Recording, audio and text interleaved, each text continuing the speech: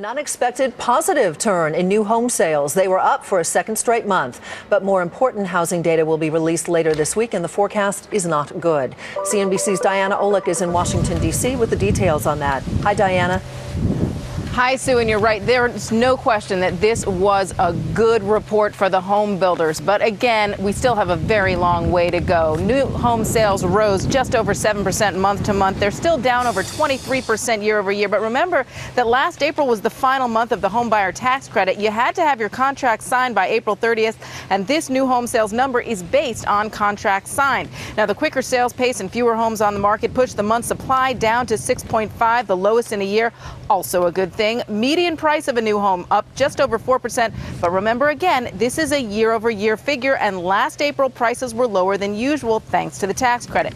Now, before you go run off and buy the home builders, I want you to take a look at something very interesting, a little scary. It is a chart of inventories. This is what the home builders are up against. Huge inventories of bank-owned, or what we call REO properties. This is Fannie, Freddie, FHA, and private label. It doesn't even include what the banks have, which we don't know exactly. Some call this the shadow inventory, but these properties are going to come up for sale at rock bottom prices. Many of them are relatively new construction, and that competes directly with what the builders have out there listed now. Now, some of it is concentrated, of course, in some of the hardest hit states, and you do have investors out there trying to eat it all up. But if you add this inventory to the 90-plus days delinquent loans, many of which are going to go into foreclosure, you have like a 4-year supply of just REO homes to sell. And as you said, Sue, we're going to be looking later this week on Friday at the pending home sales number. That is for existing homes. And we're not looking for anything very big. That could be a problem. Sue. All right, Diana, stay with us and let's talk more about whether or not housing is still in crisis or if there are signs of a turnaround. Michael Menatian, president of Sanborn Mortgage Corporation, joins us, as does Shari Olefson, attorney with Fowler White Boggs, as well as the author of Foreclosure Nation. Welcome to all of you. Michael, I'm going to start with you. Diana, I think, set the stage for us, but we are in the all-important spring buying season. Is there hope for housing this season, or given what she just laid out, is the overhang still too great? I don't think there's a lot of hope for housing. I hate to say that. I mean, I think those numbers today, first of all, those are contracts. They haven't closed. See how many of those will close. Second of all, a dying patient in a hospital bed has a pulse. Doesn't mean he's going to live. Mm-hmm. We're in a crisis, and until we address that, haven't seen the bottom of housing. And basically, American public today, they don't look at housing as a good investment. That's why they're not buying. Okay. Shari, is that the case? Do you agree with that? Or do you perhaps have a little bit more hope as we see interest rates remain low and the number of new jobs created creeping a little bit higher? Well, absolutely, Sue. I mean, the problem, Diana hit the nail on the head. The problem is foreclosure inventory, REO inventory, and we're looking at a huge timeline to get that product moving through the system. And the problem is, right now, it's virtually frozen because of the robo-signer scandal and all of the issues in Washington. So nothing is happening to move that through now. But the new home numbers are different because the builders can control some things that we can't control with existing homes.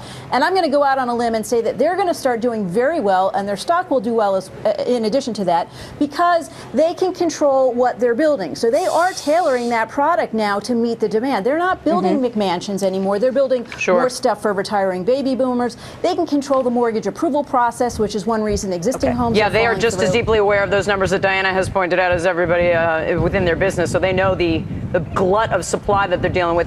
Michael, you sound so dire. What does that mean in terms of the two metrics that everybody talks about? Pace of sales and also the price of homes. A lot of people are wondering if they're finally, has the price of their home at least bottomed at this point? No. I don't think so. How much more down? I don't know how much more down, but I can tell you to look at inventory is just one piece of it. People watch your show. They watch TV. They read the paper. They know there's talk of eliminating the tax credit, for the mortgage deduction. There's talk about eliminating Fannie and Freddie. There's talk about eliminating 30-year loans to go into shorter terms. There's a talk about the deficit that keeps increasing, and that's going to raise rates. All of these things are going to put pressure, downward pressure on home prices. So if you're buying a stock as an investor, you'll say, well, the stock is cheap historically, but will this company have returns? I don't think so. That's what the American public is saying about housing. And until we make it an environment where people want to invest, where they said, oh, I can get a return on this, I will do it. Okay. Diana, there are still desirable neighborhoods. There are still desirable properties within those neighborhoods. And so what we often find is that the real estate market is highly localized. McLean, Virginia may be doing doing all right when Alexandria is not. So we have a tale of two markets here, don't we? In some ways? But I think we have a tale of a lot of different markets, but something I want to say about the home builders specifically is you have to look at the trends of where people want to buy homes now, especially because of gas prices, is they want to be closer to the cities. Now, a lot of that home building that we saw during the boom went on out in the exurbs, and that's where we see all these foreclosures. The home builders, one analyst this morning wrote that the home builders are actually going to have to shoot themselves in the foot, that's a quote, in order to survive this market, because they have to keep their home building so low, their housing starts so low in order to keep that inventory low and put a bottom on the prices that they have. So when you say, you know, is it national? They've got a problem wherever you're going because people want to live closer to the cities. They don't want to live out in these developments. I want to get one little quick yes or no to Michael and Shari. A lot of people in this country over the years, my parents' generation, the generation of people who bought in the 90s, they are able to retire on the house. Are we ever going to see an America where people are going to be able to retire on the value of their homes? Michael, yes or no? Shari, the same for you.